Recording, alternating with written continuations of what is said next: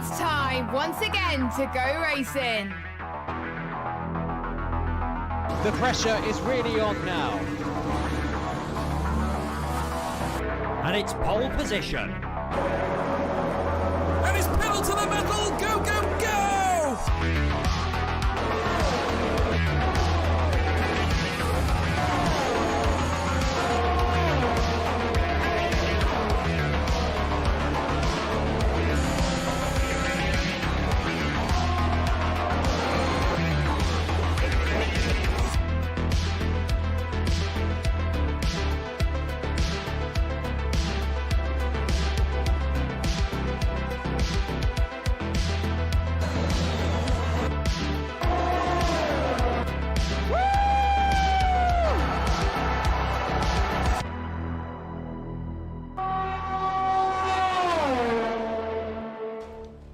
Good evening, everybody. Welcome to PSGL. We are back on the PlayStation platform after a 1 week break, and we are back with a race that could potentially decide the destination of this year's championship. We are at the Autodromo Hermanos Rodriguez for round number 12 of season 29, the Mexican Grand Prix. My name is Luke Etheridge. Joining me in the commentary box tonight is Mark Alimonda. And Mark, there's a slim chance of the championship being decided tonight, but it is a chance nonetheless. Into this position after what has been a spectacular second half of the season campaign. So yes, slim chance of him winning the championship, but there is certainly an opportunity for him to take the title tonight. Yeah, certainly, and he really put himself in a good form last time out when it was Jess and Cam Anderson who gladly took us through the Japanese Grand Prix. He took a victory there. Now, you might remember on the night, it was originally Duncan finishing in second place, Duncan finishing in third place, George's finishing in second, Benjamin in fourth. Benjamin had a 5-second penalty. He got that removed, so he got pumped up into second place, knocking Duncan down a position, and that has made things a bit, well, it's actually made things possible for Joost tonight. He has a 34-point lead over Duncan at the top of the championship. Blizzard is a further 10 points back. What that means is if Joost wins with the fastest lap, Duncan fails to score any points, and Blizzard is third or lower, the championship will go the way of the Dutchman in the Red Bull. Things quite a bit closer, though, in the team's championship. Red Bull just 28 points ahead of Mercedes AlphaTauri, just 4 points further back. And the consistency that Joost is showing, I'd be very surprised if he doesn't end up winning the championship. But with the way the strategies work on the game, being first with the fastest lap is an extremely tall order anyway, and Duncan has only failed to score twice so far this season, so it's unlikely we'll see things happen tonight. But all Joost has got to do is keep doing what he's doing, and he'll put himself in a fantastic position for next week. Yes, I mean, 6 podiums in a row. He's had 3 of them being victories. I mean, no one's been able to live with that consistency since the British Grand Prix, which he won, which was his 3rd win of the season at the time when the championship was very tight. But since then, what Joost has done, and this is sort of the foundation a lot of champions build their title victories on, when he's been quick, he's taken the maximum opportunities available to him, whereas some of his opposition, such as Duncan and Blizzard, they've often had the pace but not maximize sort of the errors of their rivals, and that's why they find themselves at such a disadvantage. I mean, Blizzard mathematically is still in the hunt for the championship, but unfortunately after particularly the races at China and last week at Japan, it's really put him more or less in an impossible position to win the championship now, which will be really disappointing for Blizzard, because he did start this season, particularly in the first 3 races, as arguably the quickest driver in the grid. Certainly the first 2, he had a big pace advantage early doors. Yeah, certainly. I mean, getting pole position in the first 3 races, winning the first one, arguably would have won the second one if it wasn't for the rain, getting a podium in Belgium. And since then, he has been on the podium a few more times, but that consistency from Joost, like we said, 6 podiums in a row, has put him in a really good place at the moment. You can see sort of the battle for best of the rest beginning to develop as well. Jordan on 44 points at the moment. Ben has done an absolutely fantastic job, and it is his 17th birthday today, so happy birthday to Benjamin. First and a second and a pole position in the last 2 races. George is beginning to get that form together. You can see Sam Corby, Leo, Jack Laverty, who's now racing over on the PC side, and Fusilio rounding out that top 10 in the championship. Talk a bit about the circuit tonight, of course. Autodromo Hermanos Rodriguez. One thing that we do know, we're going to see a lot of slipstreaming down towards turn 1. Yes, I mean we saw it in real life, and it's certainly the main characteristic of the opening sector. Very Monza-like, but it's an even longer straight. Starting in pole position is not really ideal because you're just giving a massive slipstream to everyone behind, punching a hole through the air, and you could find yourself, particularly if you get a poor start, getting absolutely swamped into turn 1. As although it's easily free wide into the apex of turn 1, it narrows up. And often you see cars being forced off the roads and having to take the escape route across the grass and picking up an early warning or even a time penalty if the game is harsh enough.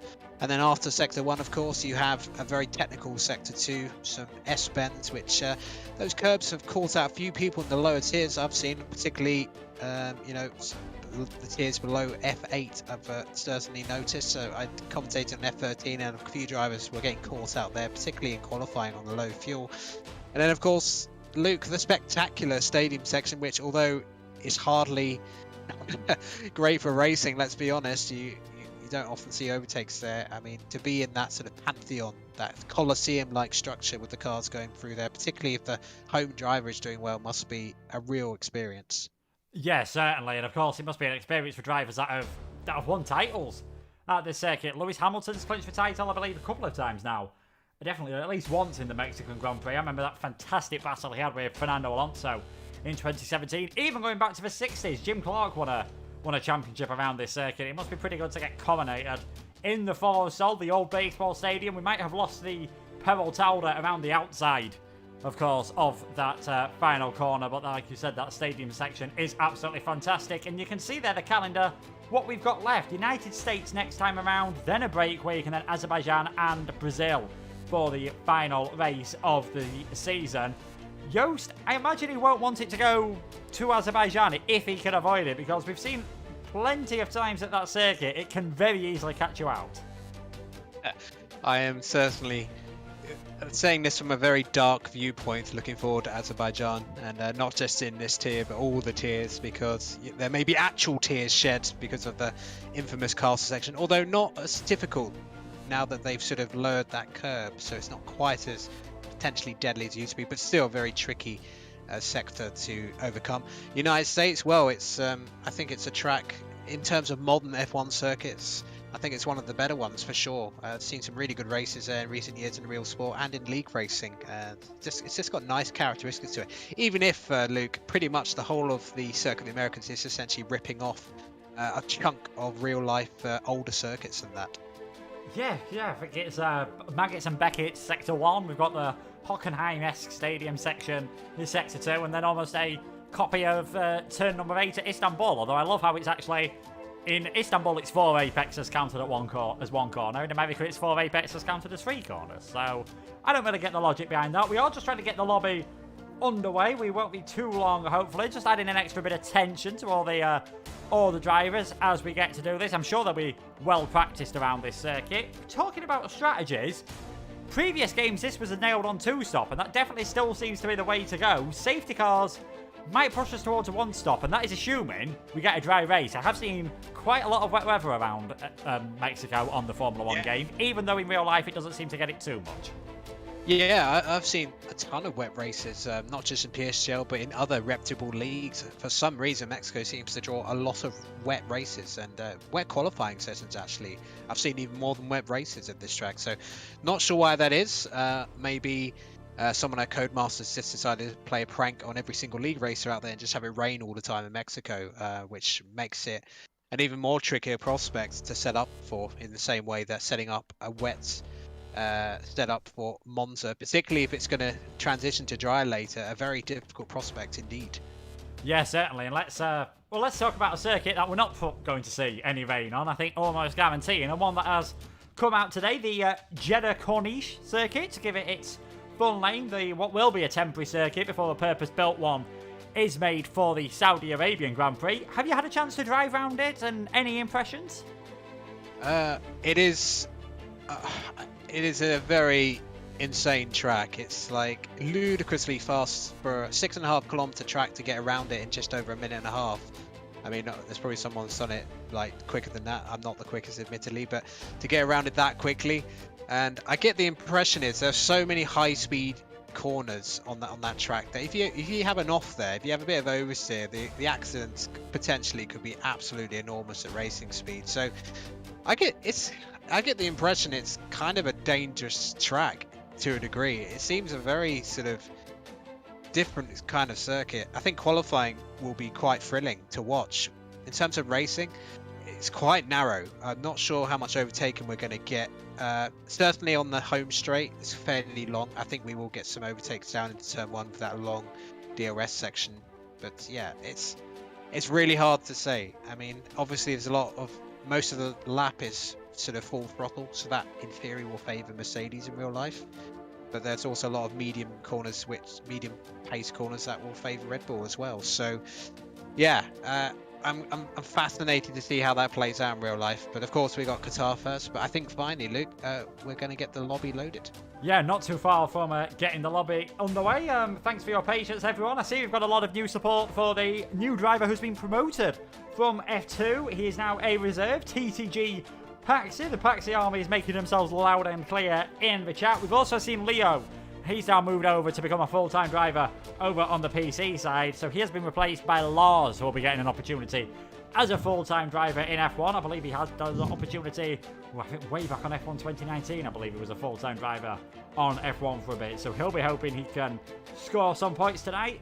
I've had a bit of a go around Jeddah, and I pretty much agree with you. As a circuit, it feels pretty good to drive, and I imagine it will be a thrilling sight watching one Formula 1 car go around the Jeddah circuit. I'm not sure what it's going to be like watching 20 Formula 1 cars play follow the leader in the dirty air, and that's if they get it finished in time. I am worried for those of us who can remember the Korean Grand Prix in 2010. It was incredibly dusty offline there.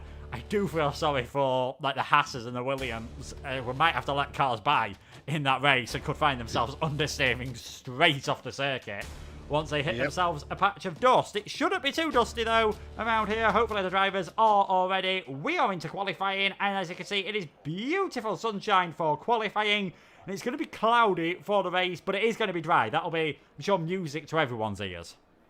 Yes, a dry race is kind of what I wanted to see tonight, because I just want to see a sort of balls to the wall kind of race, and I think that's what we're going to get. Looks like most of the grid have fitted the soft tyres for their sort of banker laps here. I don't really see much point starting on the mediums in the top 10, so I suspect we'll see a bunch of soft runs. I think there's easily enough time in 18 minutes to do at least 3 soft runs, so they'll be burning through those tyres pronto. So yeah, lots of drivers out on track already. Lars going into turn 1, as you say, full-time driver now in F1, and well deserved. He's had some decent performances, and Duncan is out there already looking to stamp a mark. Eustace is out there as well, so both the tyre drivers, and for the time being, Blizzard, aka Matthew Older, on the screen, not Adler as I once called him, so apologise for that again. He's out there, the former 2-time PSGL F1 champion, who still has a slight chance of winning the title. Yeah, he does indeed. You'll notice as we're on board with Yost, we are back to the old Red Bull Drive livery. We can say the Coven livery, no more of the Japan/Turkey special. And we've already seen a bit of racing there between Yost and Duncan, getting very close together out on the circuit. And they all seem to be rushing out really early on in this session at the moment. You can see Jack Eater there just trying to make his way past Yost. So this is where the drivers start to slow down, and we're going to see a lot of yellow flags appearing in qualifying as drivers just try to find some space on the circuit. Well, let's get ready then for the hot lap around this circuit then with VSR Dunk of the start finish line very early on this 4.30 kilometre track. DRS open, and in the race you will see plenty of overtaking all the way down this straight, the longest run to turn number 1 on the calendar. He has got a car ahead of him, but that won't disturb him whatsoever now as it comes into this sequence of first few corners. Right, left, right through turn number 3, taking a lot of curb there. DRS again. It is only 1 detection point for those 2 DRS zones, so if you don't get it right into turn 1, you can have a second bite of the cherry into turn number 4. Don't be too greedy into there, as you need to quickly flick the car back for turn number 5. This double apex hairpin almost at turn 6, and then you're into one of the trickiest parts of the circuit to get right, especially for those drivers who use the pad like me. Turn number 7, 8, 9, 10, 11. This S section really difficult to get right. You can see how easy it is there. Duncan just invalidates his lap, so he has backed off. Jackita as well, another one to invalidate through that part of the circuit, but it looks like our championship leader has kept it nice and clean. So Joost now coming into the Foro Sol, the stadium section, into turn number 12 there. Then this very fiddly section, Max Verstappen trying to overtake Valtteri Bottas in 2019, made contact and gave himself a puncture in the end. Through turn 16, flat out through 17, you'll hug the right-hand side of the track. 1:14.033, the first lap from Joost. Pole position in F2 was a 1:13.6, so not a bad banker lap, but we would expect that time to go down, I'd say, by at least half a second for pole position. Yeah, I think we're going to get a bit more pace than that, but yeah, a solid lap from there. Lars has backed off from his first run, so he's thinking about going again. If he's got the fuel, yeah, he's going to do that. Just kind of made a mess of it, unfortunately, in Sector 2, which has cost him a lot of time. As Azicombe with a decent banker, and Will G, I should say, was talking a big game pre-race, fancies himself to have a really good night, and Georges, well, you know, I think Georges has been in really good form recently. Kind of had a patchy season, but that podium at Japan, certainly his third podium of the season. I think he will certainly be a driver to watch for next season. I think he's had a pretty solid campaign in the sort of top half of the low end of the top 10. But yeah, Duncan, invalidation on his first run. I think he'll be quite disappointed with that. Yes, certainly. Casper comes across the line, goes into second position. Then Duncan is invalidated again. He needs to really be keeping it careful at the moment. Shizuo Giano set a pretty good time. He's shown pace on occasion, like his teammate. Perhaps not quite the same pace as Georges has shown, but both of them sort of suffering with a lack of consistency. I think both would expect to have been doing a bit better in the championship than they are at the moment, but that is a good lap from Ogiano. Gets himself into second place for now, as that might be why Will G was confident. The second run on these tyres seems to be working for a lot of drivers. It is definitely a feature of F1 2021. There we go. Will G, 1:13.953. Fastest of everyone, the first driver to get underneath that 1:14 barrier. Yes, the first of many, you would suspect, but yes, we talked about Will G's confidence going into this session, and it's only again Dan Aiko goes into P2. So yeah, some drivers we don't always see up there in terms of the qualifying sessions. Some push Joost down into P3. But yeah, good to see Ogiano out there. I mean, he's had a wildly inconsistent season. He scored points. He's then had 3 retirements in a row. So, you know, a lot of Ogi off from him, unfortunately. So hopefully he'll be able to finish in the points here today and get his season back on track, because I feel like he's better than the P20 in the championship he currently stands at. Yeah, certainly. I mean, just trying to think, cast my mind back to, I'm not quite sure which race it was. Belgium, he was right near the front for quite a lot of the race. It was sort of a train of about 4 or 5 cars at the front of that race. China as well, he dropped back towards the end with quite severe tyre wear issues, but he was so quick. But his only 2 point scores of the season were those 2 races, and I'm sure he'll be hoping for a better performance. And like I mentioned with his teammate Georges, 2 podiums in the first 3 races. I don't think anyone expected it would have took him all the way to Japan to step onto the podium again. Most of the drivers have now completed their first run. We've got just over 11 minutes left in this session. It is Will G fastest by 7 thousandths of a second from Dereko Cornet, who's had a solid start, we can say. 2 10th places so far. He's in 3rd. Joost is in 4th. We've now on board with Jackita, seeing what he can do in the Haas car. I think he's already actually on his 2nd run after invalidating that first effort. Jackita 15th in the championship at the moment. Highest finish this season was 4th at the French Grand Prix. Let's see what he can do around Mexico. Let's have a look what his time is as he comes through that second sector split. 55.1 for now. That's pretty much level with what Will LG did through the first 2 sectors. This is looking like a good lap from the Haas. Yeah, it's a very solid lap from Jackita. I mean, he's almost on par in terms of purple section 7-1, so this is going to be top 3, I think, and it is. And P3 for Jackita. It looked like a really solid lap. I followed pretty much all of it from turn 2, and everything looked very smooth. The transition from the corner to the throttle and then up through the gears. Really nice lap from Jackita there with just over 10 minutes of the session to go.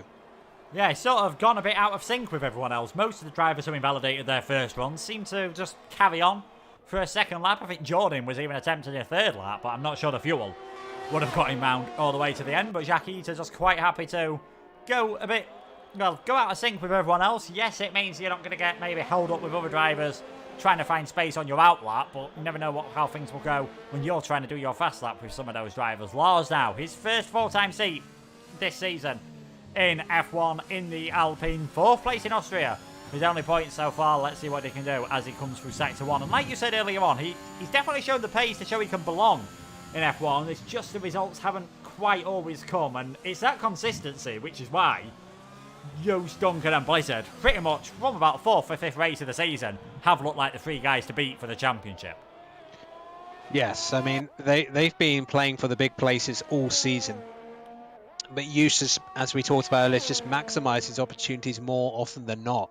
I mean, it's been a fabulous campaign from Joost. You know, he had a very patchy first 5-6 races, but then since he's won at Britain, 6 podiums in a row, including that victory there at Silverstone, and it's just put him in a commanding position. I mean, if we were using the real-life point score, he probably would already be as a Paxi. My goodness, the back end dancing as he goes through the S-bends. Did a nice job keeping down the control, and actually purple in Sector 2 for Paxi. So the Paxi army will be going crazy if he can convert this into any good position. Hasn't got a lap on the board yet. That's nice and smooth out of the stadium section. Then it gets onto power for a little bit of understeer coming out of the final corner, but it's P6, so very nice. But look at how many gaggle of cars on that sort of 1/14 flat region. We've got like 6 drivers within a few thousandths of a second of each other.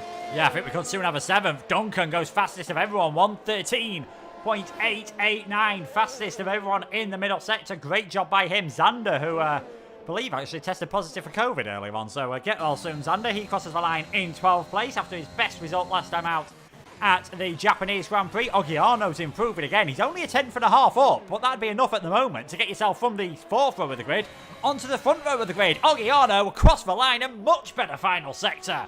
Wow. From the Shazoo driver, 1:13.635. Oh, Joost is off. Joost has invalidated at the end of Sector 1, and there's also been a car off. I think that might be Sam Corby. Yeah, Sam Corby has binned it in the S-bend, so that's another run for me. Yeah, Joost made a mistake and has gone onto the grass, and he'll have to go again.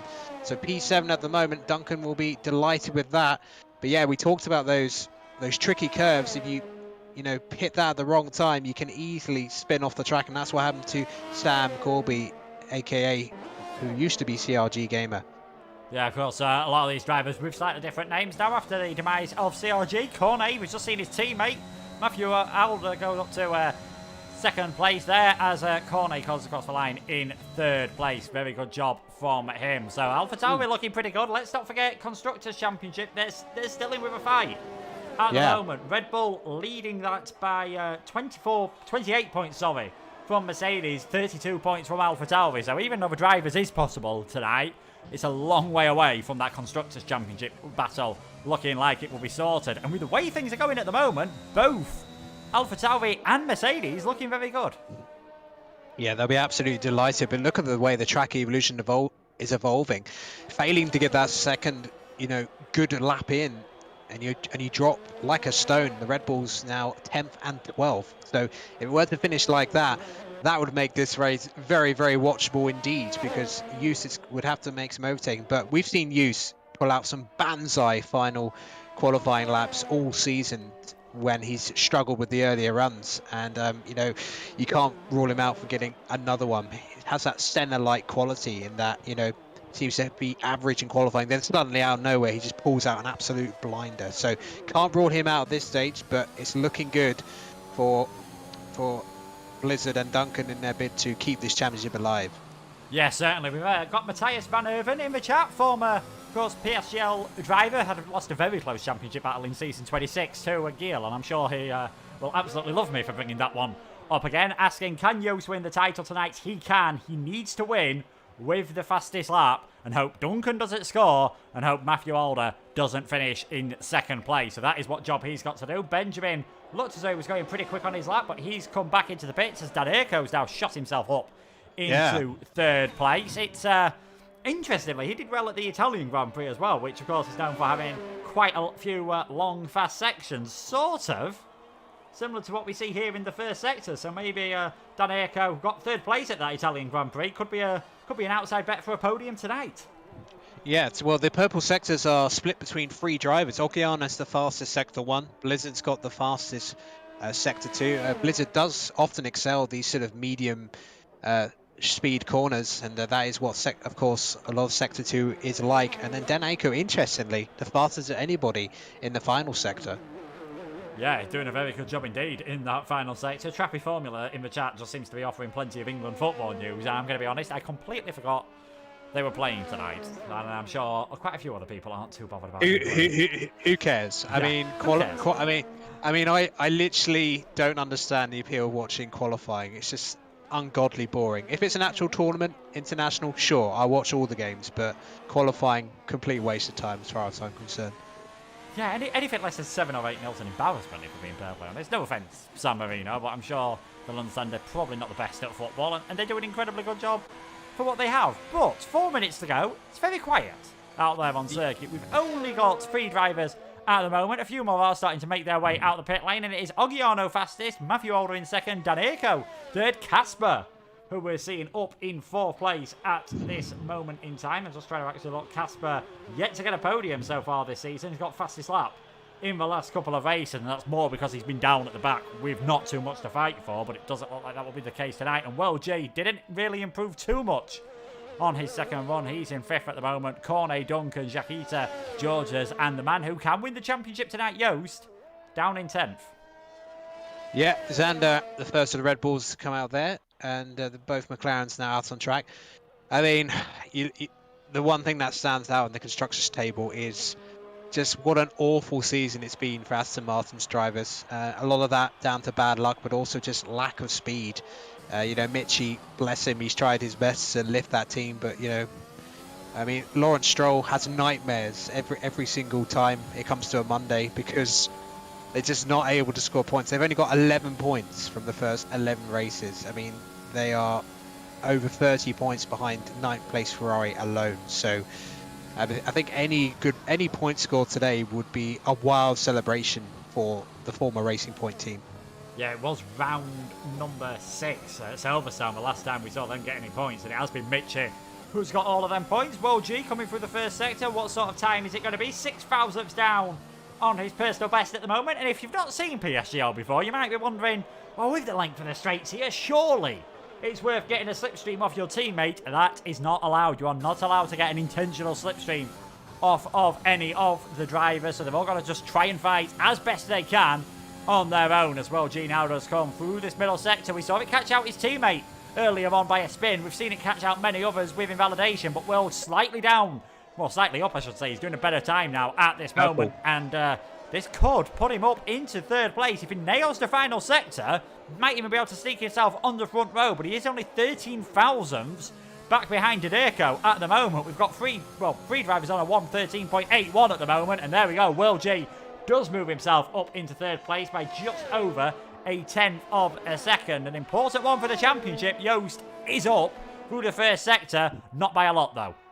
Yeah, purple in Sector 1. Joost about to hit the end of Sector 2. Purple in Sector 2. Here comes the Joost train once again.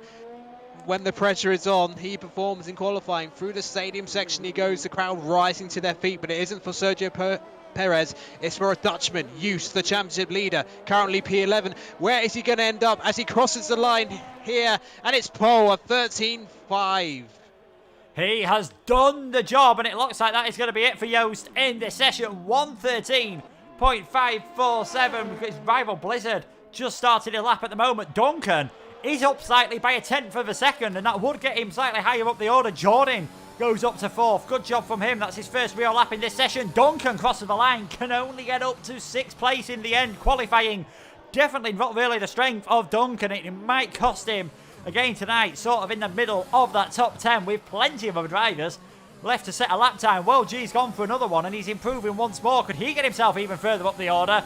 Does improve, but only by 3 thousandths in of a second in the end. Casper, he's going quicker at the moment, might end up knocking his teammate down here. Can he get himself up and around those top few drivers? Asacomb's gone purple in the middle sector as well, so we'll have a look at his lap very shortly. Casper crosses the line, gets himself up into 4th place. Great job from him. Asacomb, he's only 3 tenths up on his personal best, so this might not get him inside the top 10. Just sneaks in to 8th place. And Blizzard, the other title rival, of course, of Yost, down in the first 2 sectors. Checkered flag is out, so this is pretty much going to be it for Matthew Alder. He heads towards the finish line. Has he managed to improve? No, he doesn't. Stays in 3rd, so it looks like Yost will be leading out of the championship rivals, but can anyone stop him getting pole position? Not sure there's anyone really out there. Blizzard's finished as Zander has as well. Benjamin has. Benjamin, that's a very disappointing qualifying decision for Benjamin. Oh, sorry to interrupt you, Mark. Sam Corby was improving and then has had an absolute tank slapper coming out of turn number 12. Fair play to him for keeping it out of the wall, but I don't think a tyre change is the only change that might be needed in the cockpit of that Williams. That was a huge moment. Yeah, unusual place to have a moment there, so there is something not quite right with the setup of that car. It's driving like a 2019 Williams at the moment, and that's no good. So unfortunately, Sam Corby only P15. I don't think, I'm looking at the second times, I think that's pretty much it. I don't think there's anyone else out there really improving, or indeed on any sort of lap. I think these look all like in laps to me. So yeah, P17 and 18 for Aston Martin. Another bad day at the office for them so far, but a long way to go, of course, because we've got the race coming up. Jordan with a good P5 for McLaren. Will G, I think he'll be pretty satisfied with a row 3 start. Duncan, he'll be very disappointed with that. But there's not, as ever, Luke, there's not much between them. I mean, Duncan is 2 tenths off pole, but it's a chasm of a gap. Such is the sort of quality of the field. I mean, Cornet, he's just over a quarter of a second off of pole position. He's outside the top 10. 11th place, so he gets a free choice of tyres. It might be worth watching out for Cornet, Zander, Jack Eater, maybe even Paxi as well, and Sam Corby. Some of those a bit further back in that, well, just outside that top 10, but it is Yost's fastest of everyone. Fair play to Shizuo Agiano as well. I think that's his best qualifying of the season. Could we perhaps see the Shizou driver get his first podium? Yeah, well, it would be great to see. I mean, that is his best qualifying of the season, without a doubt. So that, yeah, it's going to be very interesting to see. Yeah, I'm not sure what happened to Lars. He had a really strange session. I mean, he got, 1 lap in, which I think a wet time would have been quicker, frankly. So I don't know what happened to him.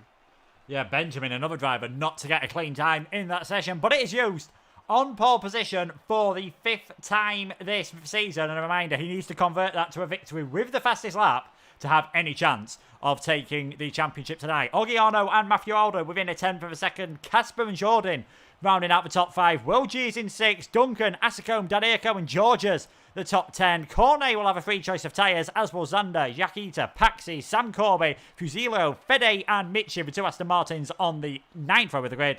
And then it is Benjamin and Lars rounding out the finishing order. Neither of them getting a clean lap time in. This should be a fascinating race. Yost, he's got to do what he can. He's not going to be, I imagine he's not going to be thinking about the title. He knows it's a pretty tall order to do it today. Just does what he can. If he wins the race, he's pretty much putting it out of realistic race of either of his 2 rivals. Yes, I think it's going to be a tall order for Duncan and Blizzard to sort of stop Yost from winning this race, but they're still in a position to at least make it to the United States, so he has to steal it there. Yeah, Yost, he was struggling in that session, had a disaster of a second run, but then just pulls out yet again this season a last-minute stormer to take that pole position. And that's just been that level he's been able to kind of grasp from the jaws of defeat when he's needed it. And that's something that Matthew and Duncan have not always been able to call upon when they've needed it. It's the mark of a champion, perhaps even a champion tonight. But before that, we have got 36 laps of the Autodromo Hermanos Rodriguez, named after the Rodriguez brothers, here in Mexico City. 4.304 kilometers, 2.674 miles, 17 corners, 2 DRS zones, and as we saw a week ago, plenty of slipstreaming opportunity into turn number 1. As we have a look at what tyres the different drivers have gone for, no real surprises, apart from Jacques Eater. He's clearly thinking about that run and about getting a good start as possible. That's why he's gone for the soft tyres outside the top 10 when all those around him have gone on the mediums. Yes, I expect to see the majority to be starting on the mediums. The hards are not a particularly good tyre here, as is the case on a lot of the F121 tracks, to be honest. So yeah, that's pretty much Yakita going for an interesting different strategy, maybe going for a 2-stop straight off the bat, because 1 stop is slightly easier to achieve. I think most of them will still be doing 2 stops, and I hope so as well. But yeah, Use, he's got an interesting position now, in pole position, but as we've seen so many league races and real life races in F1 here, it's not the ideal position to be in, because you're punching a hole through the air for the entire field behind you. You can get slipstreamed by 5 or 6 cars, such as the craziness of the drag race down to turn 1. So Use has to get a good start, minimum, because if he doesn't, he's going to get absolutely swamped by the field behind. Yeah, and of course, in the race a week ago, it was a man starting in 3rd place who managed to get the lead coming out of turn 1, and that is one of the title rivals.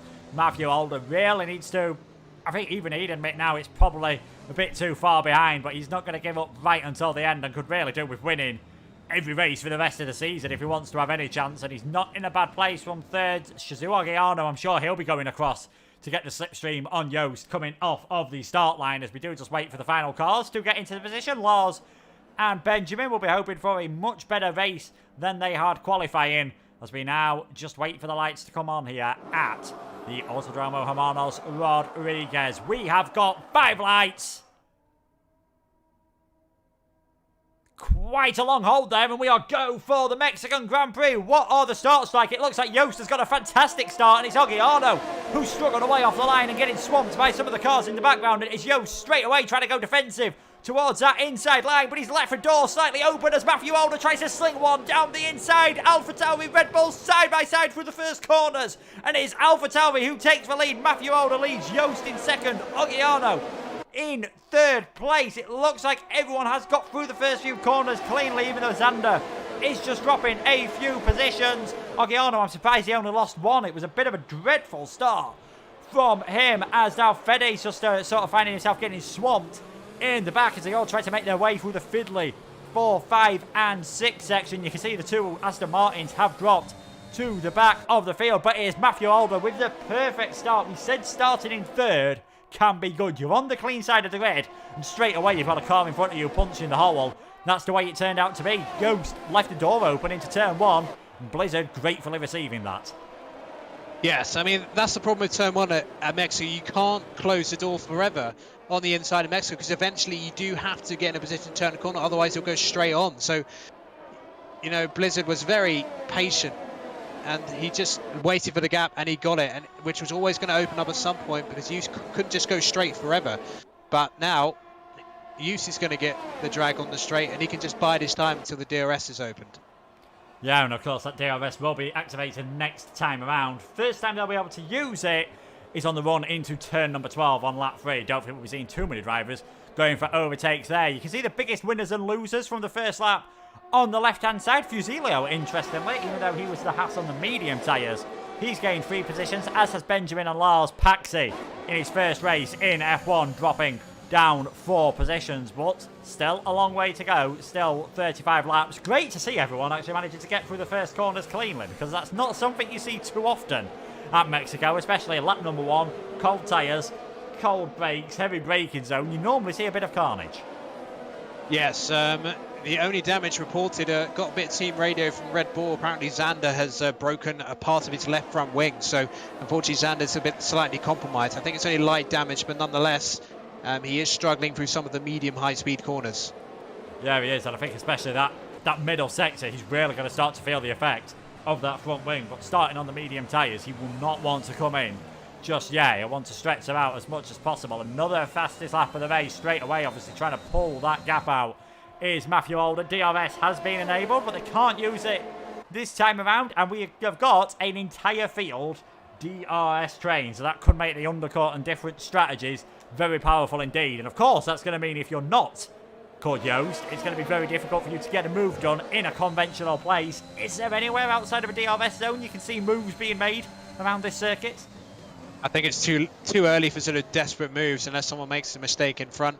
I think Ogiano is struggling a little bit, particularly in the middle sector, to live with the top two, but he's got to desperately do whatever he can to stay within a second of the cars ahead, because if he doesn't, the likes of Casper and Jordan will be licking their lips in the battle for the final podium. For the time being, Bell, there is little, if anything, to choose between the top two in terms of sector times.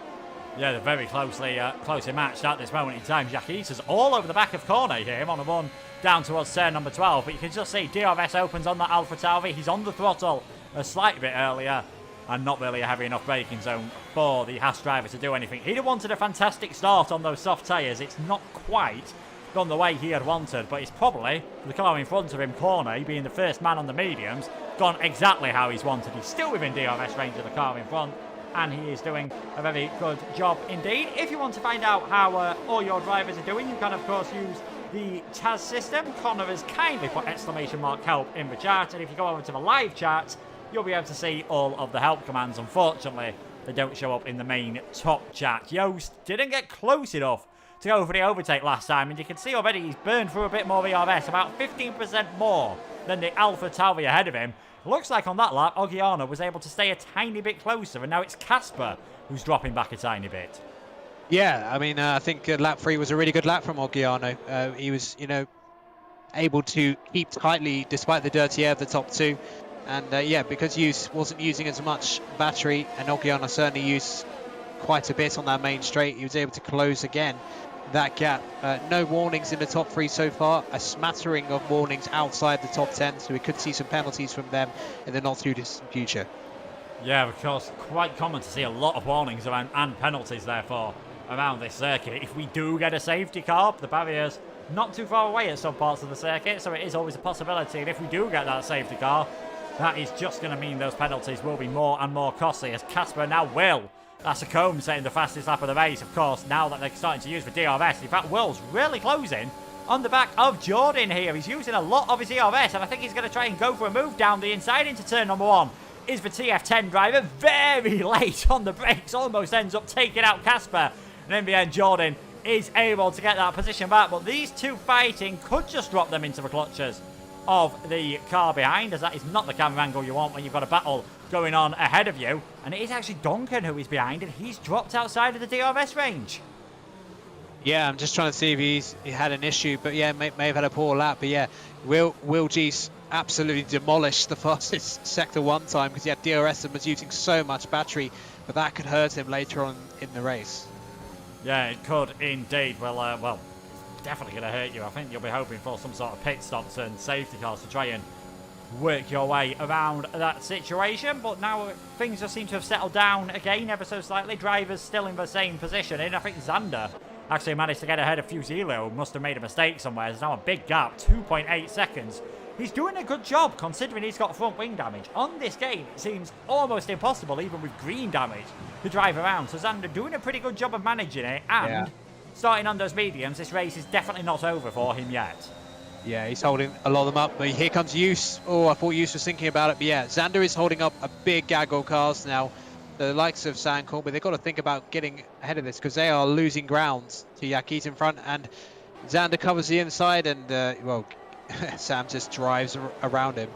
Simple as you like. And so Benjamin picks up a 4th place from his starting grid. So Benjamin starting to recover a little bit. So Sam's got to try and recover some time now to Yakita. And yeah, I think Xander, he's obviously trying to nurse the car to the first pit stop, because obviously he'll be completely out of position. But I think he'll be dropping to the back of the field in the not too distant future. It's going to be a painful race for him, and that's bad news in terms of the Constructors Championship.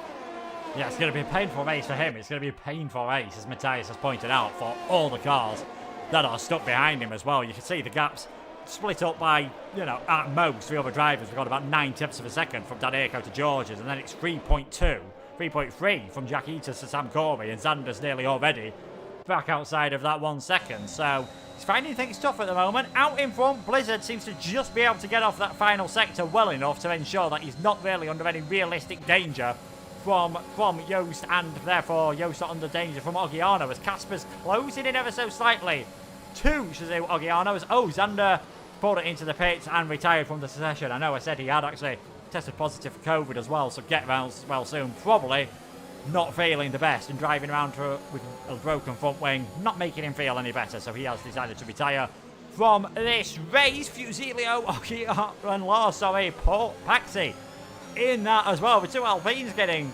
very close together there as Lars just manages to pull ahead and keep that position. We are starting to see drivers get a bit impatient at the moment now that they've been stuck in that train for so long. Yeah, and Sam's now 4.5 seconds behind. Being behind Xander, that's really put this big gaggle of cars from 13th downwards out of play, really, and they're on the mediums, so they're going to be hurting a lot. Benjamin will be hoping he has a bit more pace than Sam, so he can get ahead of him and then try and pull away from him out of that second, but it's going to be tough for him. Yeah, I think some of these will be hoping for a safety car or something like that. Yeah, certainly. I think that's going to be the hope for a lot of the drivers. Lap number 8, not a lot happening at the front of the field. It's that traditional thing that we've seen from, not as much this season, but that we used to get quite a lot on the F1 games, where the first bit of the race, not too much happens. Although I say that, Yost getting very close into the braking zone there on the back of Matthew. But once the pit stops start to happen, once the different strategies start to come into play, once desperation starts to kick in the final few laps of the race, I think we will start to see a few more drivers go for those aggressive moves. But it is still Matthew, Yost, Ogiano, Casper, Jordan, Will, Duncan, Asacombe, Danerco, Georges. They all started in the top 10. They are still in the top 10, even though Matthew has, of course, gone up 2 positions after that fantastic start from him on 3rd on the grid. And this has sort of been the way it's gone for him all season. If he's had a good qualifying, he's had a good race. If he's not had a good qualifying, he's not been able to recover. And it is that odd little race we mentioned, not scoring any points. And I think it was China he missed out on the points, one early on in the season. Netherlands as well, not getting too many points last time around. At the end of the season, he'll definitely think, I had the pace this year, but just too many non-scores. Yeah, I mean, when you're fighting for a championship, the results, every result is so important. And when you're a championship rival like you, it's racking up podium after podium, and then you have like a non-score, even one non-score, that hurts massively. That's a huge points loss in one race. And that's why Yus is in that position, that consistency. Even if he's not been the fastest driver on the day, he's been picking up a 3rd place, a 2nd place. And yeah, that's why he's got such a big points gap. None of the other drivers have been able to do that. Duncan won 2 races in a row, then followed it up with 3 points, 6 and 8. I mean, that's not really the way to build up championship. And once again, he's running in P7. The pace isn't too bad for him. He has got back within DRS of Will G, who maybe has pushed a little bit too hard early on with that ERS use. But still, P7, he might have to think about pulling the trigger a little bit early to get back into this race. Yeah, I think it's something we've seen from Duncan before when he's had to go for an earlier pit stop because, for whatever reason, even though he's fantastically good in the races, his qualifying pace isn't quite there, and that has affected him at the moment. Lars has managed to work his way ahead of Fusilio, seems to be struggling again, and Paxi gave it a really good go into turn number 4 and 5, but in the end the Haas driver was just able to hold on to that 16th position. We'll follow this around ever so slightly, and that could be a reason why. Briefly saw him into the braking zone there, the red light flashing on the back of Fusilio, and I'm sure those that play the game are aware. That means you're on less than 10% of your VRS. You start clipping, and you don't get the full benefit of that extra horsepower from the hybrid systems on the Formula 1 car. Back into the lead of the race, though. Still, Yost, he gets close, but not quite close enough. And now that he's got such a high amount of electrical energy, you get the feeling he's not too bothered at this moment in time. Yeah, I think he's definitely playing tactical. I definitely think he had the pace on the straight just then. He was within that delta to overtake, but he didn't turn on his battery. He's just recharging. He's got nearly 100% now. Matthew's not doing too badly. He's got 3/4 of his battery available, and Ogiano doing a good job as well. I think Ogiano, maybe a bit of a nosebleed in terms of being so high up, but he settled in very nicely into his race, managing his battery very nicely.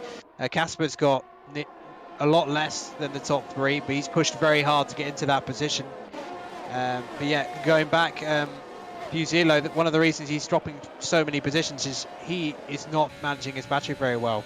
And he picks up the first time penalty just to add insult to injury. But yeah, he's consistently been running with like 20% or less battery most laps, and Paxi was easily able to overtake him as a result. Yeah, easily able to overtake. He's already pulled out about 8-9 tenths of a second at the moment. So Fusilio is not managing his battery, He's not managing the track limits very well either in the halves. Looks like it is going to be a long day for him. He has a bit of a moment there coming out of the final corner. So trying to see if we have got some drivers getting pretty close now. Cornet still hanging on to the back of these drivers. He's looking pretty good at the moment. 10th place in Canada, 10th place in Japan. He's 11th for now. And that lap was definitely the closest he's been to George's. Again, used a lot of his ERS, but he's on that set of the medium tyres. He's the only one that started on the mediums that's in this lead train. This is going to put him in really good stead, I think, towards the end of this race. Watch out for Cornet. Maybe a podium's a bit too far out of the question, but could definitely get a very decent haul of points, which will help the Faenza-based team in the Constructors. Yeah, the alternative strategy can go either way here. It's all going to depend what his pace is once all the soft runners ahead of him pits, what he can do in clean air.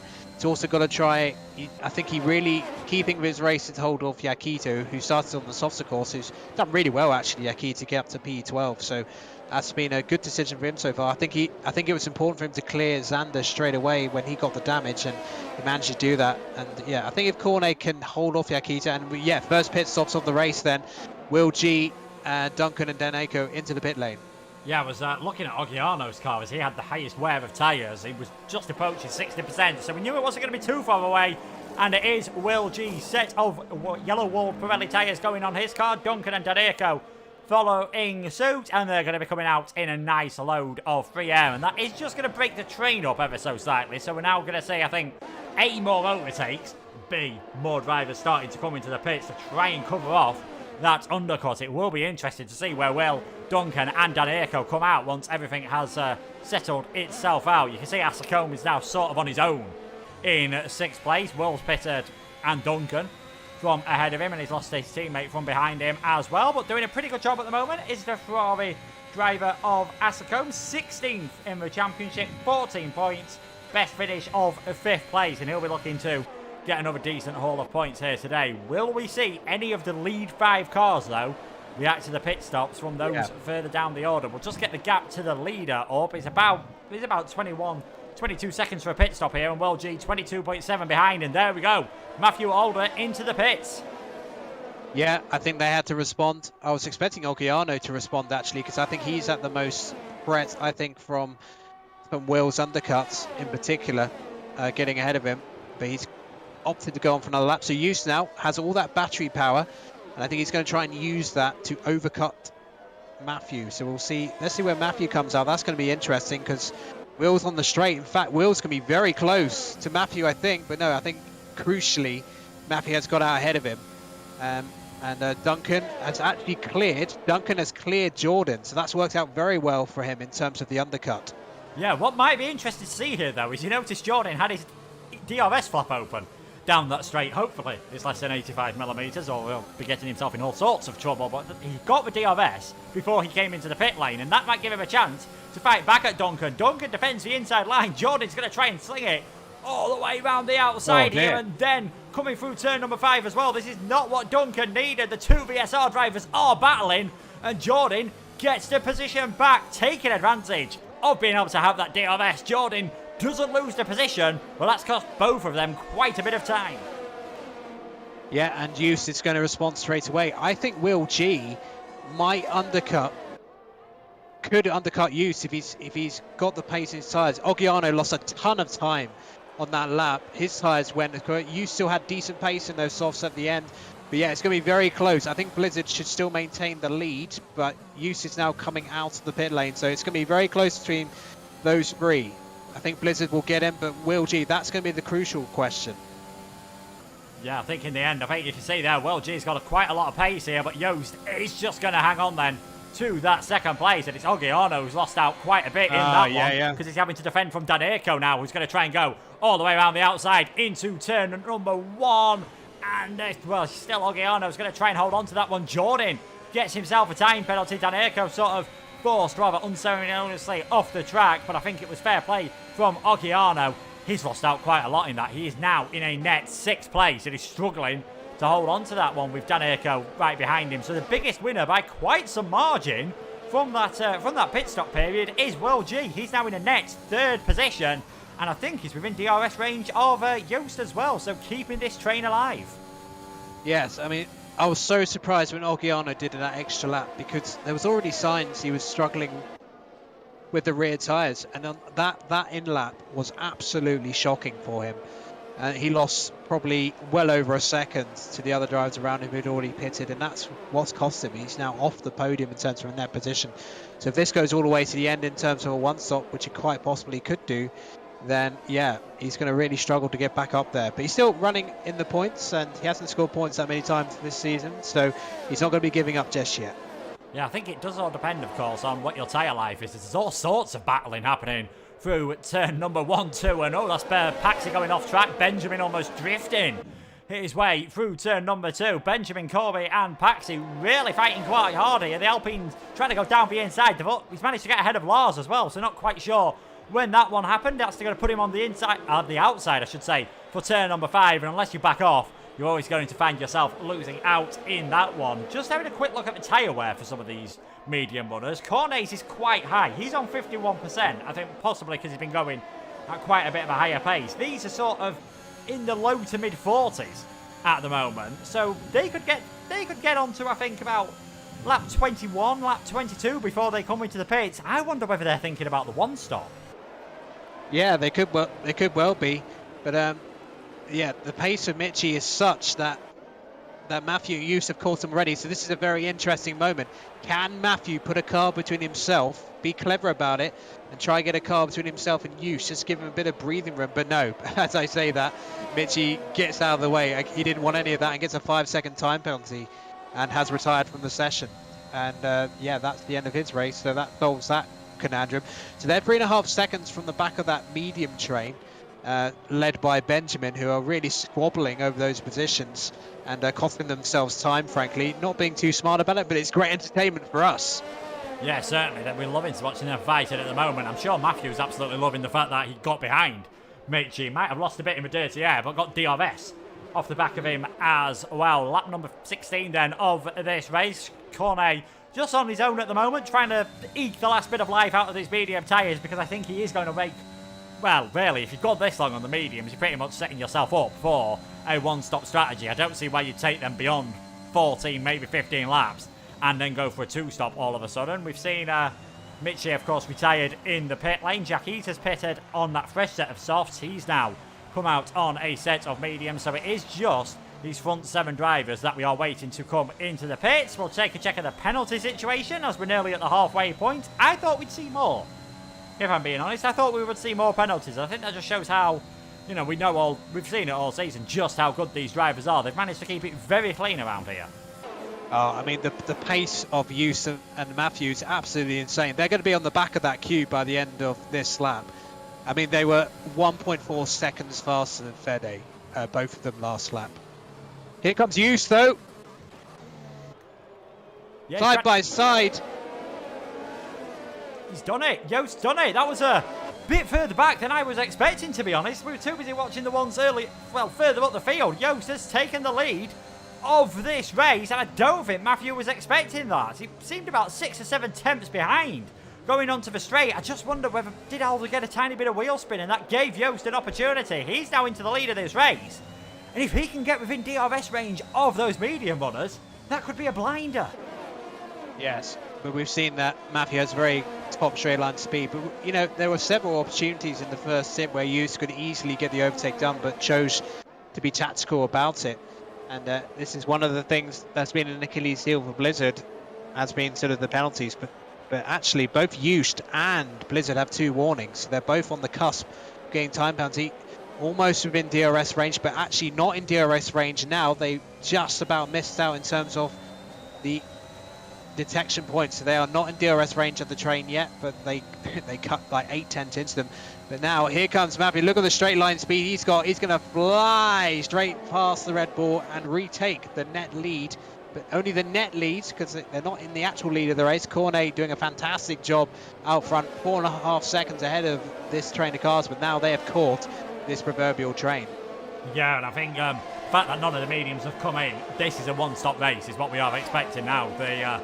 Pretty much the entire field's going to be going for that. So Matthew's going to be the first one coming through the train, and he's going to get DRS off them, but he's going to get held quite up at this part of the circuit. Of course, this middle sector does cause yourself a few Critical. problems. Benjamin's still sort of leading this, this train at the moment. Oh, And penalty! picks up a time penalty. Well.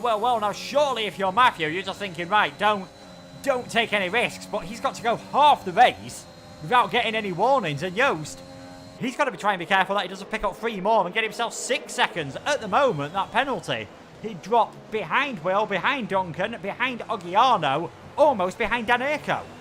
Yeah, Will has 2 warnings as well. This is absolutely critical for Matthew now. If he can clear some of these cars before Joost can, in terms of putting cars between himself, then this could be a race-winning moment. But yeah, Blizzard, infamous for picking up time penalties, as Sam, Corby and Benjamin continue to have that raging battle of the net P2. As a Blizzard, doesn't seem to know, wasn't able to get in position to overtake. He daren't risk a lunge down the inside, such as the squabbling they're doing back. He can easily get accidentally whacked by one of these cars battling, not watching their mirrors, and he's still stuck behind them. But he'll be satisfied for the time being. 1 step towards the race victory. But yeah, going without 1 warning at a track where it's very easy to pick up time penalties, it's going to be a real tall order. Yeah, and especially, of course, you're not catching these cars up one at a time. If you're doing that when they're on the alternate strategy, it is nice and easy for yourself. They're in a huge train, and this is going to, of course, have the reverse effect later on. When these are blasting through the field on the soft tyres, they're going to come up against a huge train. And DRS and overtaking zones are sort of intrinsically linked in modern Formula 1, no more so on this circuit. All of the heavy braking zones really have a DRS zone, apart from that one in the stadium, as Matthew Alden just proved me wrong, straight down the inside. The kind of move you've got to pull off if you want to work your way through this traffic. A lovely move from the 2-time PSGL F1 champion, and that's put a car between himself, but I don't think it will be that way for long. So can Matthew now get ahead of the Haas aheads, put another car to himself into the Sector 1? Joost is going to have to try and follow him through. Will LG is going to be stuck behind the Aston Martin, at least for a couple of corners. Matthew takes another car. Will LG trying to follow Joost through on Fede, but gets stuck behind him for now. Can Joost now get ahead? Fusilo has no battery, so Joost in theory, I think he's going to have to go for a dive down the inside at the end of Sector 1. He's going for it. It's a nice move, and yes, well done. And Fusilo, to be fair to him, left plenty of space, and Will LG gets ahead of Fede. Yeah, Will LG on Fede was pretty much a carbon copy of what Joost did on Fusilio. Fantastic driving from both of them, and now Jordan's got ahead of Fede. These mediums are starting to get pretty worn out. It's a few seconds longer, I think, the pit lane here than it is at most circuits, although there was a tiny little tap there from Fede on the back of Jordan, and that has allowed the Aston Martin to get back through, and I don't think Jordan will be too happy about that one, as Matthew he's trying to work his way up the field as well. He's battling with Lars side by side here, and we know Lars is not going to be a man to give up, as Benjamin now picks up a time penalty. He's running pretty low on his ERS and he's starting to struggle. Very unlikely he's going to carry on that run of podiums as he wipes out the pit speed limits board, which I'm sure will cheer everyone up. And we see Benjamin, Fusilio and Fede, the 3 who looked like they were struggling the most, come into the pit. Joost and Lars going side by side here, and they're both closing up on Matthew Alder here, and Joost's going to have to go all the way around the outside just about. Gets ahead of Lars, and he's now right on the back of Matthew, who has got the DRS, and that might just save him. Yeah, I tell you what, if Matthew had not got DRS or Benjamin as he was pulling into the pit lane, I think he would have got swamped by Joost and Lars then. So that was really good fortune that he was able to get that done. But yeah, carving their way through the field. Will G not able to carve through quite as quickly, but he's still in touch and doesn't have a time penalty. But yeah, Joost has picked up an extra warning, I believe. Yeah, Joost has 5 warnings now. He is on the verge of getting 6 seconds of penalty length, Chairman, and we've still got another 15 laps to go. This is an unusually unclean race, but Joost has been using some of those track limits to clear some of these cars, or at least help them to get past. As Will OG dives down the inside, Lars, pretty comfortable move there into the stadium section, and now in rain. So Will OG at the moment on for a net P2. Joost has got to be careful. He's got to kind of calm it down a little bit, because at the moment, if he gets 6 seconds of penalties, given how close the field is, he's going to be really struggling as Cornet finally comes in pit after a superb first stint. Yeah, Paxi comes in as well, and Alder doesn't have the DRS here, and Joost is going to streak past him into the net lead of this race. Goes VSR Joost, easily able to take the braking zone as Lars retires from the race. I think that is on his way. That's his weird place. Where has Lars retired? He's just retired on his way into the pits, I believe. Yeah, I don't know why he retired, to be honest. He didn't have damage unless he got a penalty. I'll check that when it calms down a little bit, although it may not calm down at all to win a race. After all that, Duncan is still in P7, although Sam Corby, of course, still has the pits. He'll be met. A couple of time penalties just flashed up on the screen. Paxi got one of them. I wasn't sure who the other one was. It flashed up so quickly. Yeah, I'm just trying to look. I have Georges and Benjamin, and there we go. That is an extra one for Joost, and another one for Georges as well. That is 6 seconds now for Joost, and we just get that gap to the leader. That's going to put him behind Will. It'll put him behind Jordan and Algiano as well. Duncan, Daneko, even Asacombe, maybe even Yakita later on might be able to jump in. With how close the field is, getting penalties is really costing him. He's just getting held up through the stadium section by Sam Corby, who will be diving over to the right-hand side and will give Joost that lovely bit of drag reduction system down the main straights, but he might take the victory out on track. I think even getting a podium after penalties, it's going to be a big ask. Yeah, it's a long way to go, though. You know, there's plenty of laps. You could still see Matthew and Will G picking up 6 seconds themselves. Just want to see where Cornet's come out as, and a huge moment there as Casper takes the position.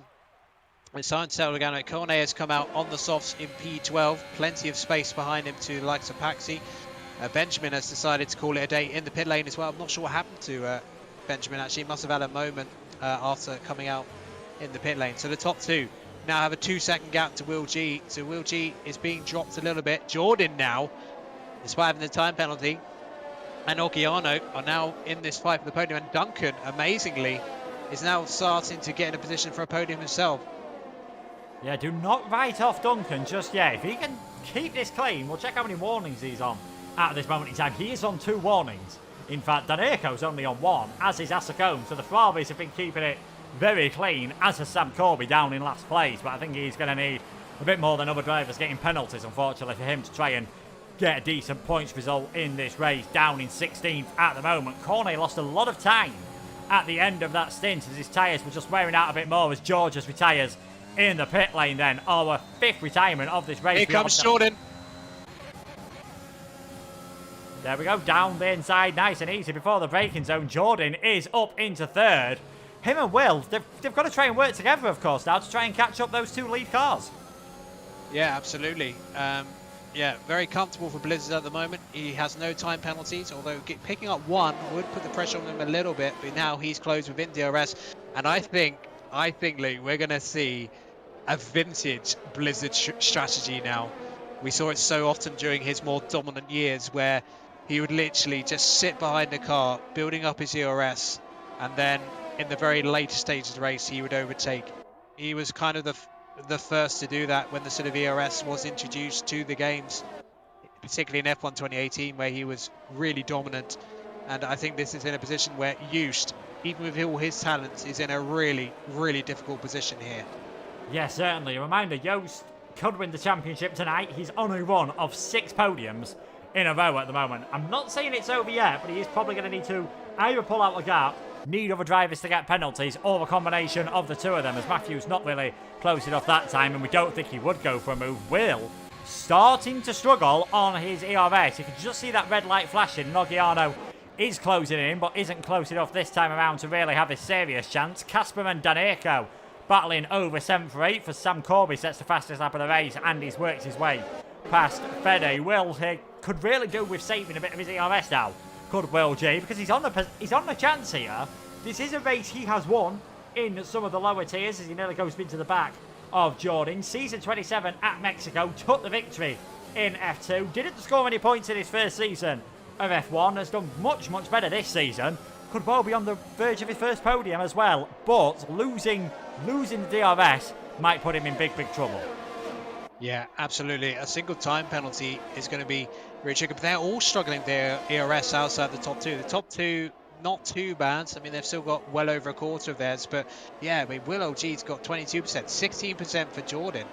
2.7 seconds to the leader.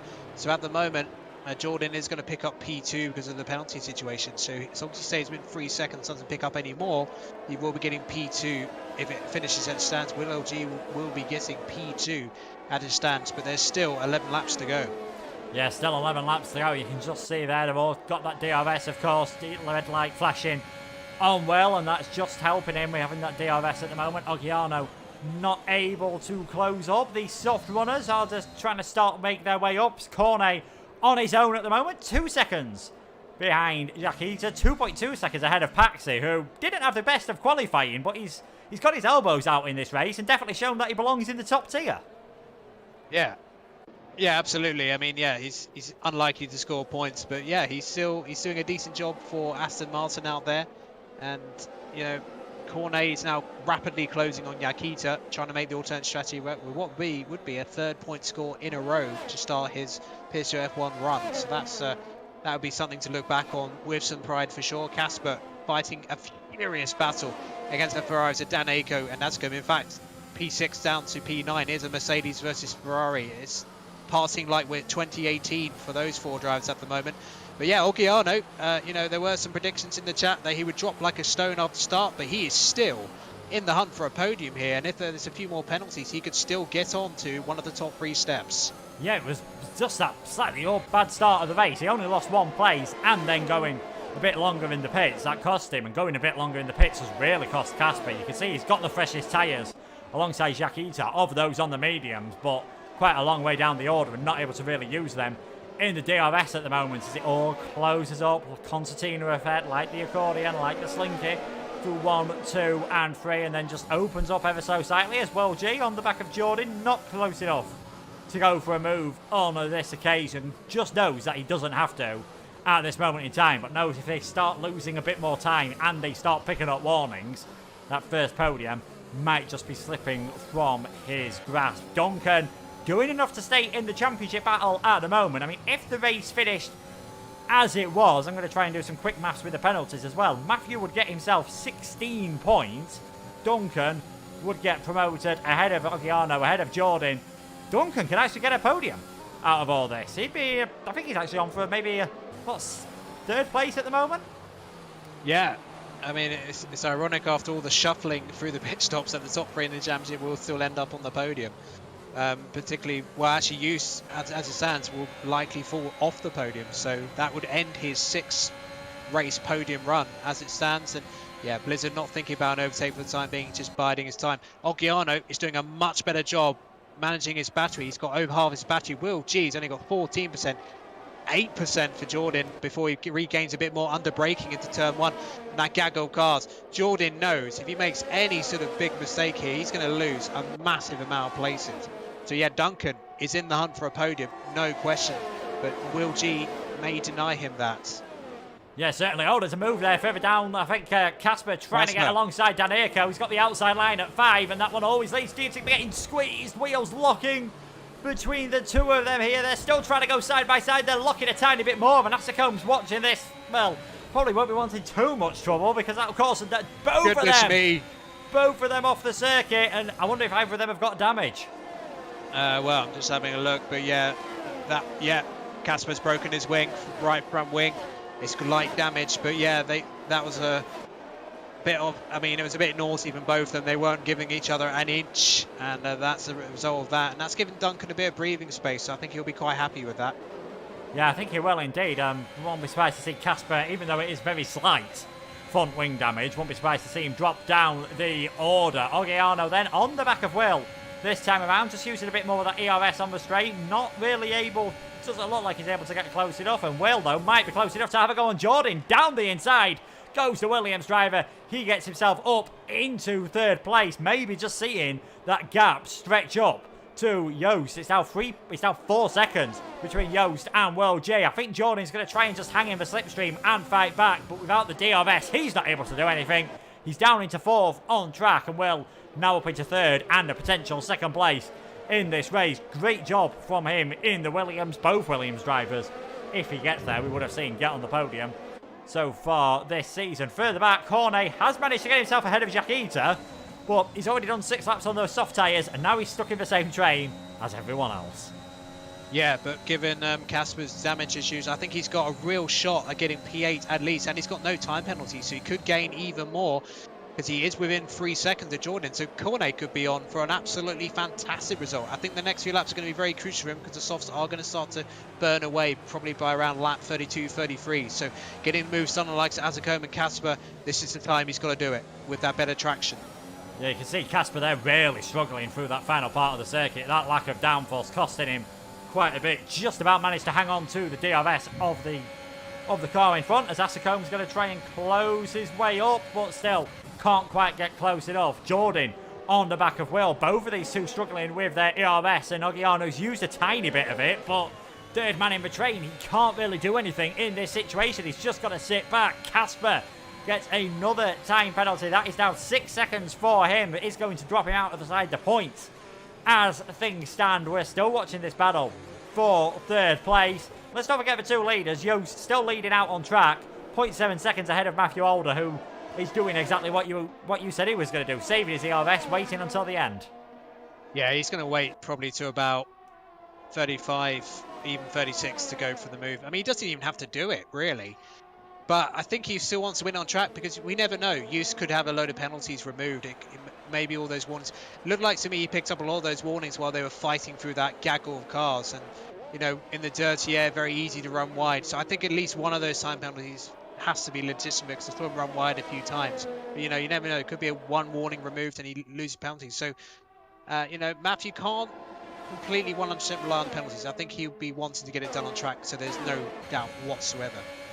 Yeah, there might not be any doubt soon over who's going to be in fourth place. Ogiano's got a fantastic run there off the final corner on Jordan. Down the inside, he's going to try and go. The McLaren, obviously, on the slightly better line through turn number one there. Still, they're going to go side by side. Ogiano's gone over the curb ever so slightly, and this is just allowing Will to escape. Now it's a straight drag race, and with the extra 150 horsepower from the ERS, as the two of them nearly locked wheels there, Ogiano does get fourth place, and that would have been quite a big accident indeed on the straight. Who knows? Could have even brought out the safety car. Cornet and Asacombe now battling for 9th and 10th place. Asacombe tries to hold on. Can't do so. And that is Cornet up into 9th. Yep. Cornet did go off track to get the move done, but he will argue he was forced off by Asacombe. Didn't leave him any room. Not for the first time. So yeah, Cornet up to P9, and he will be at least, I think, P7. But he may gain more because he is within 3 seconds of Jordan. But yeah, Ogiano had that better battery management. That's what won him the battle as they came to the end of Sector 1. Ogiano, what is the gap now? I just want to see the gap. The gap to the leader is 5.1 seconds. So assuming Yost doesn't get any penalties removed afterwards, Ogiano is on for a podium. Yeah, this is going to be quite dramatic indeed. You can see Jordan, that lack of ERS is really starting to cost him. He lost a straight drag race on Ogiano. He's now going to lose one with Duncan as well. Down the inside goes the Mercedes as there's one gains a place. Another one's going to lose a place. Casper is down behind Cornet now, and we've seen Paxi get ahead of Asacombe. Fede and Fusilio battling further back. They're all waking up now. They're all realising it is now or never if they want to get the moves done in this race and move up the order. And that train just spreading out, this is looking better for Yost than it was a few laps ago. It wasn't too long. We were thinking he might even be in trouble from drivers like Cornet and Asacombe. We've got to the leader now from those is about 8 seconds, so he should be safe from all of them. He might even still end up finishing ahead of Duncan. This chance of a podium's not off for Yost. No, it definitely isn't. Duncan is 5.6 seconds behind you, so he is in a position to get that final podium. I completely forgot about Duncan for some reason, so actually he's the one in position for P3 at the moment. So Yost is going to be in P4, and Ogiano, he's now got 6 seconds, so any chance of a podium, that's definitely gone for him now, no question. So Duncan, at the very least, I think it's on for P3, but it's now 5.9. I think Yost has put on the pace. I think what Yost will be thinking, well, if Blizzard goes for the move in late laps, I don't want to lose any time battling him. I've got 6 seconds of penalties. I've got no chance, really, of keeping that position, unless I think they can be removed. But if he loses time, Duncan could still have that position. But now the gap is 5.6 between Yost and Duncan.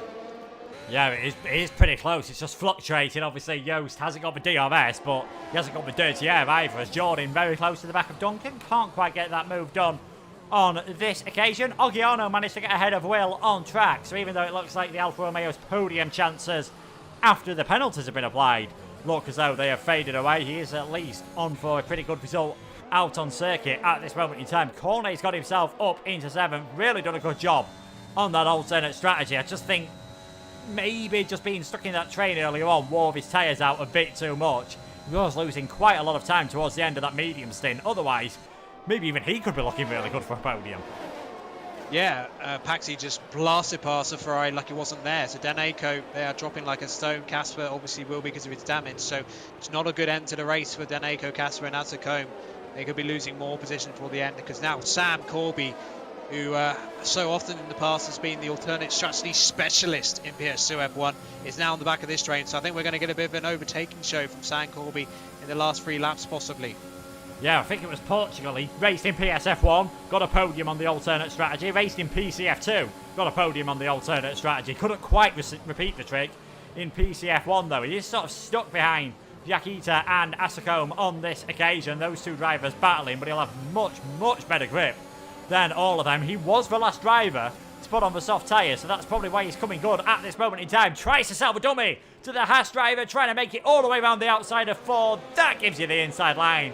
4-5, and Sam Corby is up into 12th place, and with no penalties, he's looking pretty good at this moment in time. Big news towards the front of the race, though. Duncan is now 6.2 seconds behind. Joost would get a podium if it finished as they are now. Yeah, Oggiano actually passed Will LG on track, but of course, with the 6-second time penalty, he's going to finish P3 on track, but he's not going to stay there. So yeah, Duncan's got to try and find some time. He is going to get some DRS. I think it's all going to depend what Matthew decides to do. Because if he goes for the overtake, yeah, look at it, 90% of the battery now. He has activated the battery. What is Use going to do? Is he going to defend this at all? No, I mean, that was a really good lap from Use, actually. He was slightly quicker than Blizzard on that last lap, which prevented Matthew used nearly 20% of his battery on the main straight. So he was thinking about it. Felt the need to use the battery to keep in touch. But now we're on the pulse of a lap, and now he's going to be building himself up for a final lap assault, as we suspected. Yeah, Pax has actually managed to get ahead of Cornet, so he's doing a really good job on these soft tyres, is Paxi. He's now up into 7th place. Sam Corby's jumped ahead of Azzacombe. He's up into 11th. Joost went a tiny bit deep there into turn number 1. Did just lose a couple of hundredths to Matthew Alder, but he wasn't close enough to take advantage at that moment in time. Fusilio's coming into the pits and going for the fastest lap. I think we can safely say the championship won't be decided here, but Joost is still going to be in quite a handy position to get the championship decided in the next round at Austin. Sees the man who's directly behind him. He's finding himself in a train at the moment on the back of Duncan, and now Joost is actually 6 seconds ahead of Will G as well. He could still get 2nd place. He could still get 2nd place. It's looking very good. Duncan and Matthew's pace in the latter stages of the fuel burning off has been absolutely fantastic. But of course, Will LG, Duncan Jordan, and it's that lack of battery management that's been really hurting them, because look, the higher power modes they've been able to run all the way, but Use is now red light. Here comes Blizzard. It's like 2018 all over again. The 2-time PSGL champion down the inside and takes the lead of the Mexican Grand Prix. Yeah, and Joost, he might be in a better situation here, just not to fight back. Will G gets ahead of Oggiano. Casper gets ahead of Daneco as well. If I was Joost, I'd just not fight back and maybe just try and use that ERS, save a bit of battery and blast everything later. You're basically in time trial mode now between those 2 drivers. Paxi's going to manage to stay ahead of Cornet. Sam Corby on the back of Daneco. Is he going to go for a late lunge on down the inside? Knows at this moment in time it's perhaps not worth it. Those softs probably getting towards the end of their useful life, as are the mediums. He did think about it a second there into turn number 6, but just stays back. Here we are then through the final DRS zone. Come our 2 race leaders. It looks like it is going to be Matthew Alder who's going to take what is amazingly only a 2nd victory of the season after what was a fantastic start. His championship hopes is keeping them alive as the fireworks come up here at Mexico. He's still mathematically got a chance here. Alder crosses the line, takes the victory. Joost crosses the line in 2nd. I think he's going to end up finishing in 3rd place in the end. It's a first PSGL F1 podium for Will J. Joost gets demoted down to 3rd place. It's a 4th for Duncan. Top 5 for Cornet. Jordan in 6th. Paxi gets 7th on his debut. Oggiano, Corby and Jakita rounding out the top 10. Azzacombe and Daneco just missing out. And then it will be Casper, Bede and Fusilio, the final finishers. But we knew all season the pace was there from Matthew Alder, and he's shown it now. A fantastic job from him here in this Mexican Grand Prix. And never mind the main championship battle, I believe that puts him just 2 points behind Duncan for P2. Yes, maybe too late for a championship bid, but that was an absolute masterclass from the man formerly known as Blizzard. I mean, picture perfect, and no time penalties. And so even if Hughes gets them removed, he did it on track. No arguments. Certainly the best driver out there today. But let's mention Will G, first podium PSGL F1. What a drive today. No penalties, and that was key at the end. But he did finish third on track anyway. So no arguments there. He did struggle a little bit with ERS management, particularly in the second half of the race. But in the end, it didn't matter. And yeah, Duncan, I think he'll look back on that first stint. He really struggled in that first stint. He came back strong towards the end of the race, but again, just didn't quite have the pace to stay within 6 seconds of use, which would have been enough for podium. Oggiano, great race, but again, too many time penalties because he was in the fight for the podium. That was his best drive of the season for me. But yeah, I think the other driver we can mention, his third race in this tier, Cornet. Top 5 finish for him from 11th on the grid. That actually was the reverse pole almost. It is often on the reverse strategy, but fantastic stuff. Yeah, absolutely brilliant. You can see their results. Matthew Alder taking the victory. Will G in second place. Yost in third. Still leads the championship. His gap is now 36 points at the top of the championship. I will quickly run you through the rest of the results, as they didn't stay on the screen quite as long as I would have liked in that situation, but we will just quickly go through what the rest of the results were at the end of that race. It was Matthew taking the win, Will second, Yost third, Duncan, Cornet, Jordan, Paxi, Oggiano, Sam Corby, Jackie to the top 10, then Asicome, Daderko, Casper, Fusilio, Fede, Fusilio, the final finishers, Georges, Benjamin, Lars, Michi, and Zander were the retirements. 36 points, as I said, now the lead. 51 remaining. He can do it next time, and with the form Yost is showing, you'd expect him to do so. It was just strange to see him pick up so many penalties in such a short window. Yeah, it's unusual. We don't see Yost getting time penalties too often, but yeah, this was the day where he did almost a Blizzard in a way, because Blizzard often loses results on penalties, but today Matthew had a perfect day out there. I mean, a great start from third on the grid, which is often the best place to start. If you get a good start, get the double toe from the two drivers ahead. And it was a really good racing from those two into turn one. They left each other, enough room, hard racing, but took the lead, controlled the first stint. Yost did take the lead just before the end of the first stint. But then Blizzard made a crucial move and then was able to clear the traffic a little bit faster than Yost. But then Yost picked up the time penalty. The second one, particularly during that period of the race, turned out to be critical. And then it became a classic Blizzard waiting game where he just builds up the ERS, puts pressure on the Yost, and then just flies past him with ease in the closing lap. So we've seen that so many times before in the past, and that's why he's been so successful as a driver in this top tier on PS4. Yeah, certainly. Ice in the veins of Blizzard there. That just brilliant. Like you said, keeping his cool, keeping it nice and calm, saving his ERS, waiting until the final lap. I think Yost did the right thing to try and not fight that move, because he'd have seen the gaps behind, but in the end, just probably lost a bit of time in the dirty air, and Will having the DRS to try and make his way past Oggiano. A great performance by Will. His first podium. Don't want to call him a Mexican merchant, because he's shown form at other tracks. I remember last season, I think he got pole position, actually, in a qualifying session at France, despite not scoring any points, and he's shown form so far. He'll be delighted with that, because it really shows to him, I can fight with these drivers. Absolutely. I mean, that was his best drive of the season. But it's been coming. I mean, he had a very difficult first campaign, didn't score any points, but that will really leap him up the championship, that result. I mean, that will put him probably around, definitely in the top 10 of the championship now. But I do believe the drivers are now in the interview room, so I think we should go start those.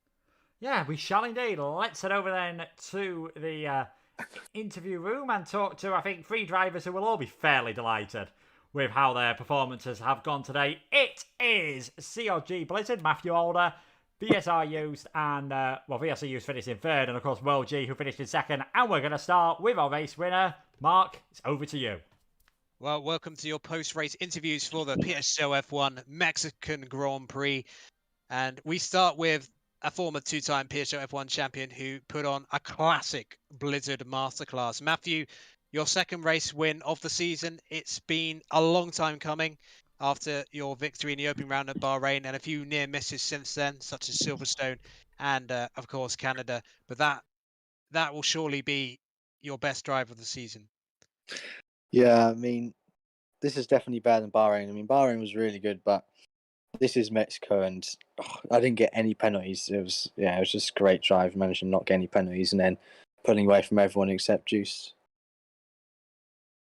And though your championship bid is somewhat unlikely now because of the points advantage, so that must be, just maybe a little message to some of your critics who have sort of slighted you in the second half of the season. I mean, in the best possible way, you've really shut them up today. Yeah, I mean, I know I haven't had the best performances, but I feel like a win was definitely on the table at least another time in the season, and I got it now. Well, going into the final three races season, as we mentioned, it's still a huge gap for Use, who will likely, if the form book continues, seal the championship. But I guess the only attitude you can really go for is to try and overhaul Duncan to be runner-up, but also fight to the bitter end because anything can happen. Yeah, I mean, if people remember, Ash Meyer was behind Cliffy, and he actually pulled it back and won at the last race. So anything can happen, and I'm still hoping, even if the hope isn't probably not going to be redeemed. Well, mega congratulations on that victory. USA next for you. I mean, that's a track you've had mixed success in the past, but is that a round you can go into with a lot of confidence after tonight? Well, considering Mexico is quite similar with that, penalties are very hard to avoid them. Fast corners, all of that. Yeah, I have high confidence. Do well in Mexico, and hopefully do well in USA. Well, mega congratulations for your second win of the season, and we will talk to you again soon. Thank you. And it gives me great pleasure to welcome a new member of the PSGL F1 Podium Club. After a pointless season last time out, he has gone from strength to strength this season, and it has culminated in a P2 tonight here at the Autodrama. Hermanos Rodriguez, Will LG, P2. What are your initial feelings on that? Oh, it was stressful. Just constantly worrying about getting penalties. Spent the whole race on about 2 warnings. So every corner you go through is pretty much a gamble of whether you're gonna get over it. But yeah, pace wasn't quite there with the top guys, but can't really expect that with the level they're performing at. But it was a good performance in the end. So particularly in the first stint, you had a very strong first stint, which put you in contention. And of course, not getting any time penalties certainly helped your course. But the second stint, very tricky to sort of manage the ERS because of all the battling you were doing with the likes of Jordan and Ogiano. So once you were in that position and sort of struggling to keep your battery alive, was there sort of a position where you're thinking, oh, this might slip away from me, or did you just sort of keep a calm head there? Well, the only real time I started to panic was when I saw Duncan coming in behind without any penalties. I knew the guys around me had at least 3 seconds and a few warnings because my engineer was keeping me updated. So I knew I just had to keep on the back of Orgiano, use his DRS to defend. And yeah, was pretty comfortable. Well, after all your struggles from last season, and you have really improved massively, and that's your best result to date in PSGL F1. The next target, I guess, for you will be the race win.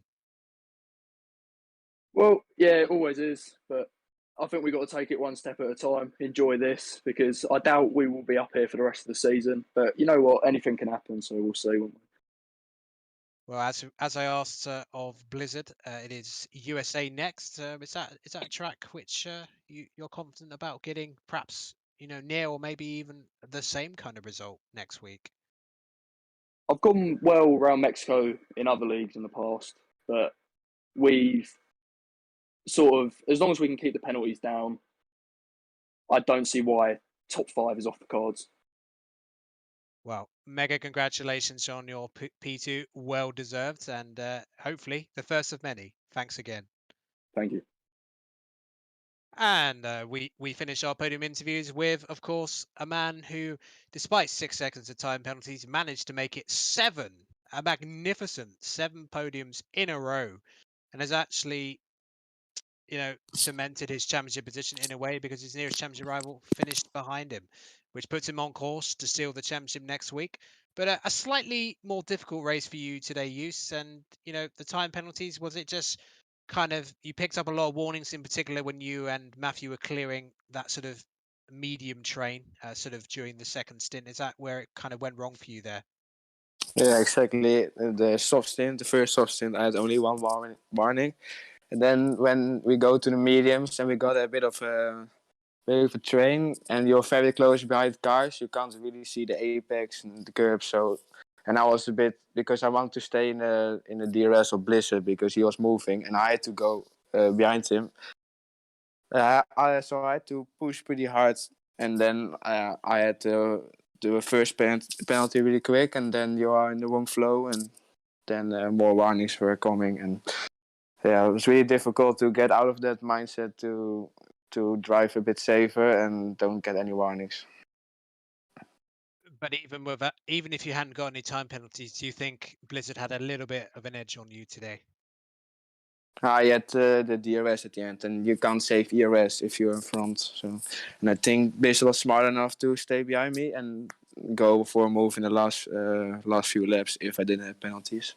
So Yes. I think Blizzard would won then, and I didn't think I would battle it too hard because for the championship and Duncan was behind. So Yes, I mean, you're not the first driver to be a victim of the patient Matthew Blizzard game, but of course now 3 rounds to go of the season, still in a very good position to win the championship. USA mathematically highly likely to seal it there. I mean, of course anything can happen. So what's your mindset going to be going into next week? I mean, you're going to be playing for percentages. You're not going to be taking as many risks as perhaps you were early in the season. But what do you feel your approach to the US Grand Prix next week will be? I think it's one of my best tracks, but as everyone says, penalties is pretty risky there. And I know Duncan is very fast on the USA as well, but I don't have to take too much risk, and hopefully I don't make a weird mistake. But I'm pretty confident that it won't happen. So. Well, it's not over till it's over, as they say. Yes, of course. But I mean, for you personally, were you to seal it next week? I mean, obviously the emotions will be different in the actual event, but what would it mean to you personally to win the top tier PSGL one if indeed it's done next week? At the beginning of the season, when I knew Blizzard was practicing more, and so I don't know if I had a chance, and the previous seasons were pretty difficult as well. But I think the most important thing of my side is that I'm pretty consistent, and that's my main thing to hopefully win the championship. And I will be pretty happy if I win the championship. Well, thank you very much for your words, Use, and yeah, regardless of where you finish, if you win the championship, we will be speaking to you next week if you seal it then. So thanks very much. Thank you. Yeah, thank you to Mark, of course, for conducting the interviews, and to our podium, such as Blizzard, Will, and Yost. Yost didn't sound too worried about today. I think he knows, third place, still a very good result. Extends his championship lead by 2 points. He's now in a situation where he just has to beat Duncan and Blizzard next time around, which he didn't do tonight, but it's looking incredibly good for him, especially continuing that ridiculous podium on 7 in a row. I think 8 out of the last 9 races as well. Just got to keep doing what he's been doing all season. Yeah, I mean, 7 podiums in a row. Again, it's amazing. I mean, he arguably wasn't the quickest out there today. He wasn't qualifying, but I think Blizzard had tactically a little bit more of an edge. in that respect, but he still finishes third, and that race in many ways sums up why he's on the verge of a first championship in this tier. 7 podiums in a row. I mean, you can't argue with that. That is very rare consistency. I mean, I've not seen consistency like that in this tier consistently for some time. I mean, Wilson Hughes in his second season certainly reached that level. But yeah, it kind of reminds me of when Blizzard in 2018, Lewis in 2019.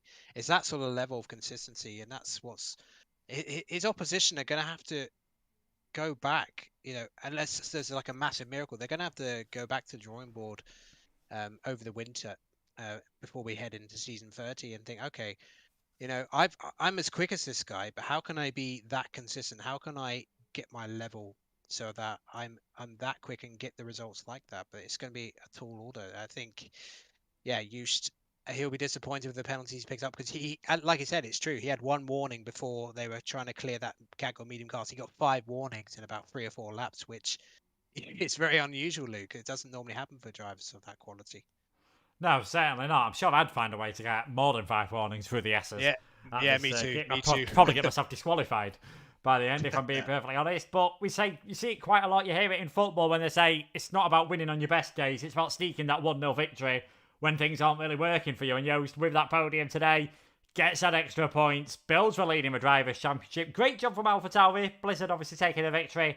And Cornet closing things up in the Constructors.